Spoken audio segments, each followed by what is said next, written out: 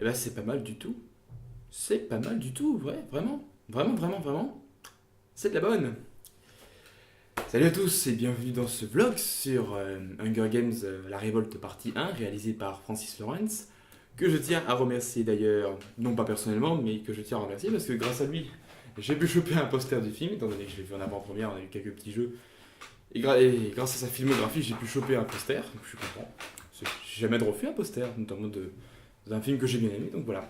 Donc Hunger Games La Révolte partie 1, que je vais abréger par Hunger Games 3, avec Jennifer Lawrence, Josh Esterson, vous m'excusez si j'écorche le nom, Josh Esterson, Liam Hemsworth, Woody Harrelson pour les principaux. Donc Hunger Games 3 est la suite très attendue donc, de la saga Hunger Games, qui a eu donc à l'époque deux films.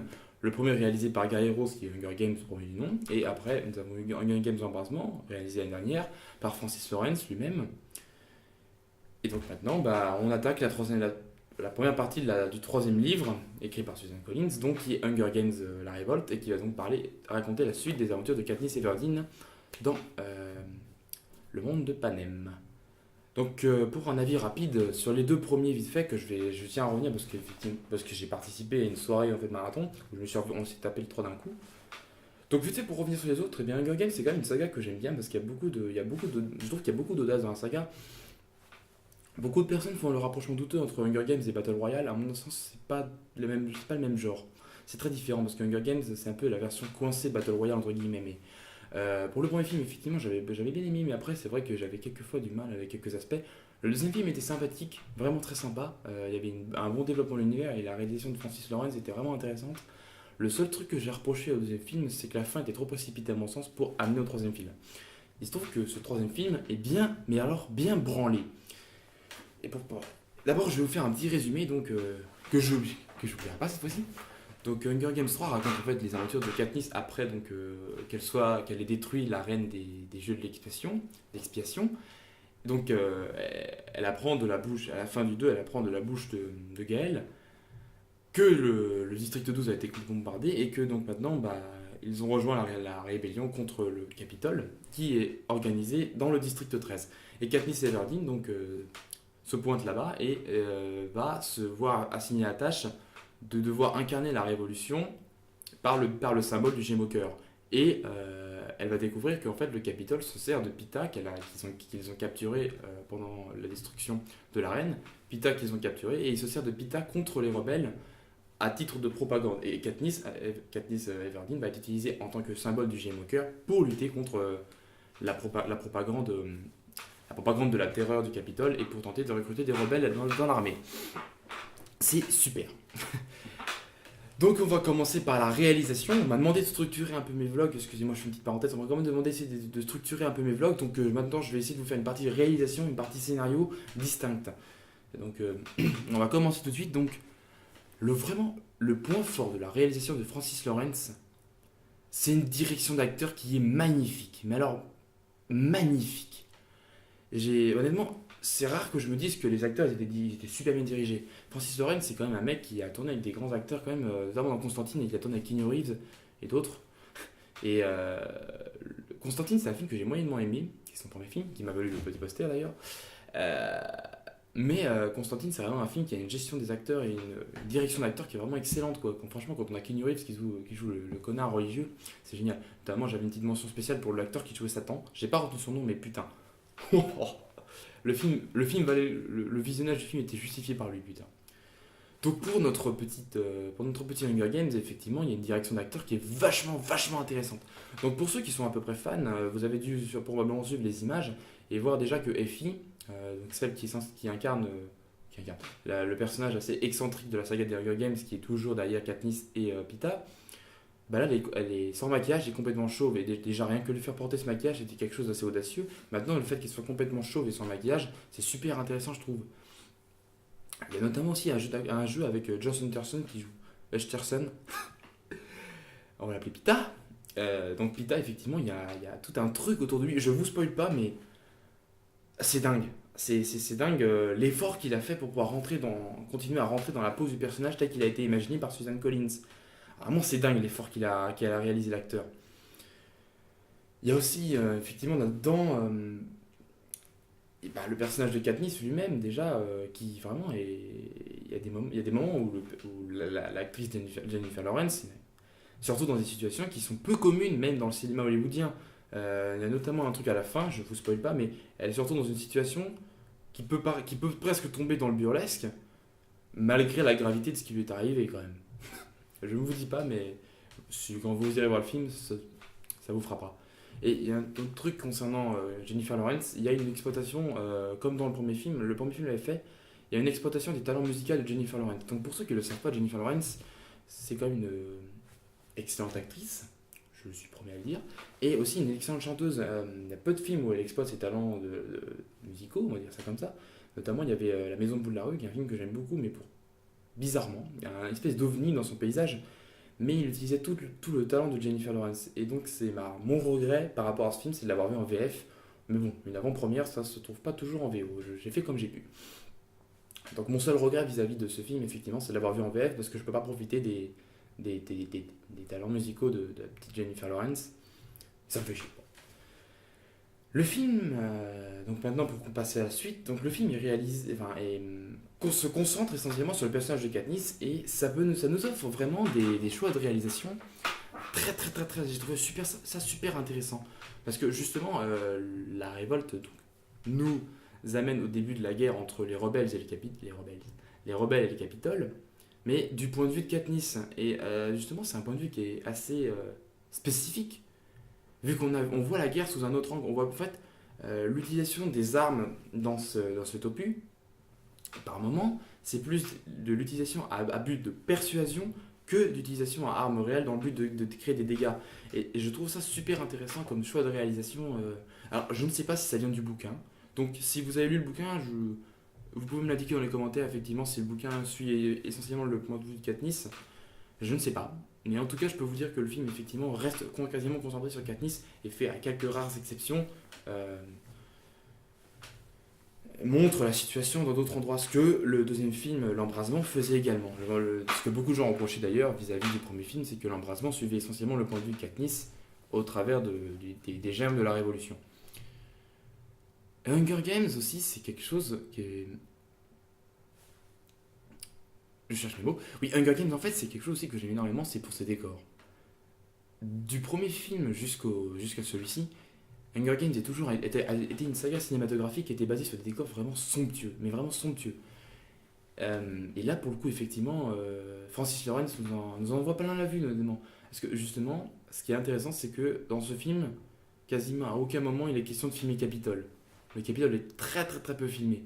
Alors que Capitole recevait de décors gigantesques, à l'architecture complètement folle, tout ça.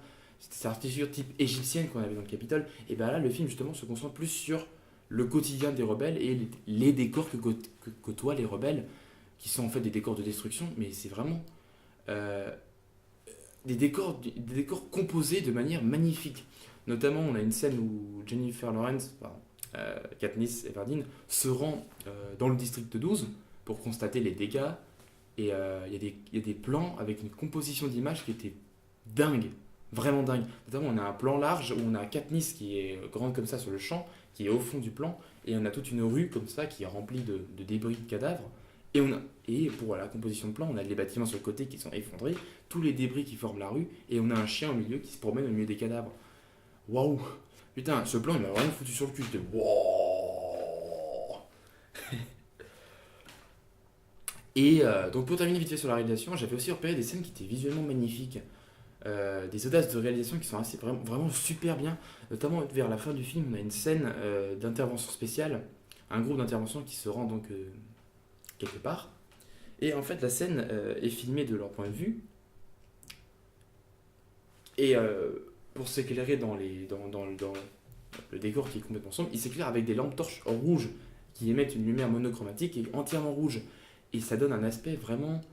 C'est super. La scène rend tellement bien. J'étais sur le cul.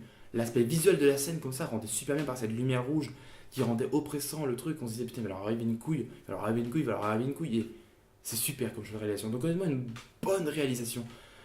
Constantine, effectivement, pour revenir sur la carrière un peu de Francis Lawrence, j'ai vu que 3 films de lui, donc Hunger Games, les deux derniers, et Constantine. Et Constantine, c'est un film vraiment qui a des audaces de réalisation intéressantes, notamment au niveau de l'enfer. C'est un mec qui pourrait apparaître comme un mindfuck, mais vraiment, c'est vraiment audacieux au niveau de la réalisation. Et c'est vrai que ça sent vraiment que le mec, Francis Lawrence, je dirais, c'est presque c'est pas un grand réalisateur, mais c'est un bon réalisateur, honnêtement, qui a des très bonnes idées à l'écran. Et ça va m'amener donc, transition toute trouvée pour parler justement des idées transmises à l'écran, c'est-à-dire du scénario. Et c'est pas mal du tout, honnêtement. J'en avais vite fait parler un petit peu plus tôt, mais effectivement, le film en fait ne nous propose pas une guerre, mais une guerre de médias en fait. C'est-à-dire, en fait, je l'ai rapidement dit dans le résumé, mais le film oppose les armes médiatiques des rebelles, qui sont incarnées par Katniss Everdeen et par le G-Mocker, le symbole, et en face, le Capitole qui donc fait de la propagande pour tenter de calmer les populations et dire que en gros la guerre ça sert à rien, même si ils sont assez actifs dans le conflit, plus actifs que les rebelles déjà. Et j'ai adoré cette façon d'opposer en fait les deux camps par leur pouvoir médiatique, parce que justement c'est tout le débat de la saga Hunger Games. Hunger Games quand même à la base c'est une saga qui est censée parler des délires de la télé-réalité vis-à-vis de la manipulation des foules et de la manipulation médiatique pour arriver à la manipulation des foules par le biais des Hunger Games est une émission de télé médiatique qui ne sert qu'à manipuler les foules. Et vraiment, je trouvais ça intéressant que le film se concentre sur l'opposition des armes médiatiques des deux camps. C'est pile dans les cordes d'Hunger Games et c'est justement super bien trouvé puisque ça tombe dans un contexte actuel qui est celui de la guerre en Syrie en fait, qui oppose les rebelles syriens qui tentent de mettre leurs images sur YouTube et de diffuser ce qu'est la guerre et le régime syrien de Bachar al-Assad qui oppose une propagande disant ouais les rebelles c'est des cons, ils font ça, exactement ce que fait l'inverse, les rebelles al-Assad c'est un con, blablabla. Et vraiment, ça tombe dans un contexte politique, sociopolitique qui est vraiment super intéressant. Le film est vraiment bienvenu. Je regarde vite ce que j'ai noté. En fait, c'est pas plus mal que le film était divisé en deux parties parce que cette première partie a un intérêt, en fait, c'est celui de nous présenter la rébellion.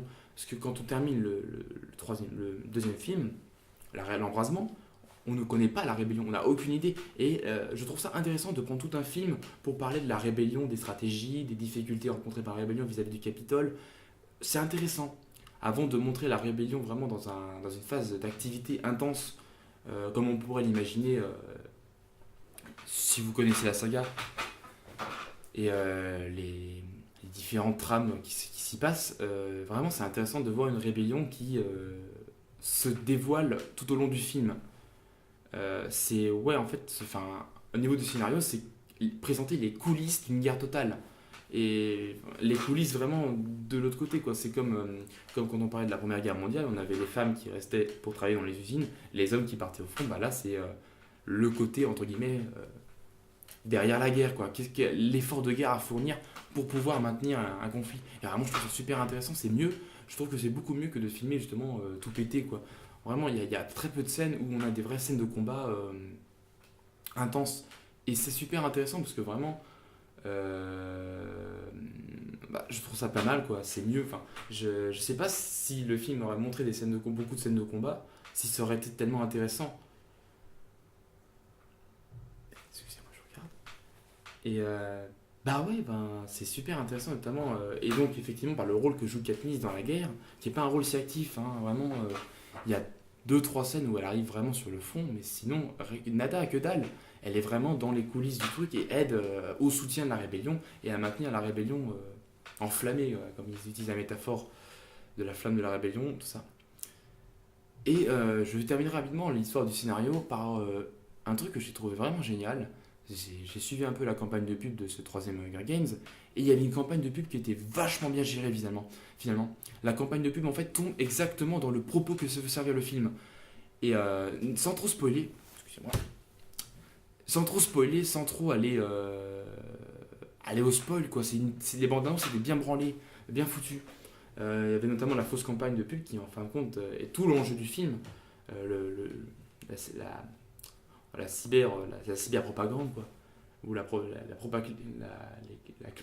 comme disait dans le film à un moment. Je vais terminer vite fait par un truc avant de passer à la vie finale. J'ai bien aimé l'idée que le film en fait la dernière partie soit scindée en deux. Ça permet des moments de calme, enfin, où on calme la tension en fait. Alors ça peut paraître bizarre, mais il y a des moments, il y a vraiment des scènes qui sont enfin, à la limite du comique, quoi, à la limite du burlesque. La salle était en rire vraiment. Et je trouve ça vraiment bienvenu dans le film. Vraiment, ça peut aider à apaiser la tension et à rendre les personnages attachants parce qu'on a beaucoup de nouveaux personnages dans cette. Enfin, beaucoup, non, mais on a quand même un certain nombre de nouveaux personnages. Et j'aime bien ce côté un peu le quotidien, quoi. Donc voilà pour terminer sur le scénario. Donc, est-ce que je vous conseille d'aller voir Hunger Games 3 ou Hunger Games, la révolte partie 1? Oui, oui, vraiment, je vous encourage à aller le voir. C'est une suite très intéressante, super bien ancrée dans le contexte actuel et dans la saga Hunger Games. Il y a un véritable apport au niveau de l'histoire et du développement du truc pour amener donc un chapitre final qui permettra d'être vraiment explosif. Donc moi je vous dis rendez-vous le 18 novembre 2015 pour la fin de Hunger Games et sur ce je vous dis à très bientôt.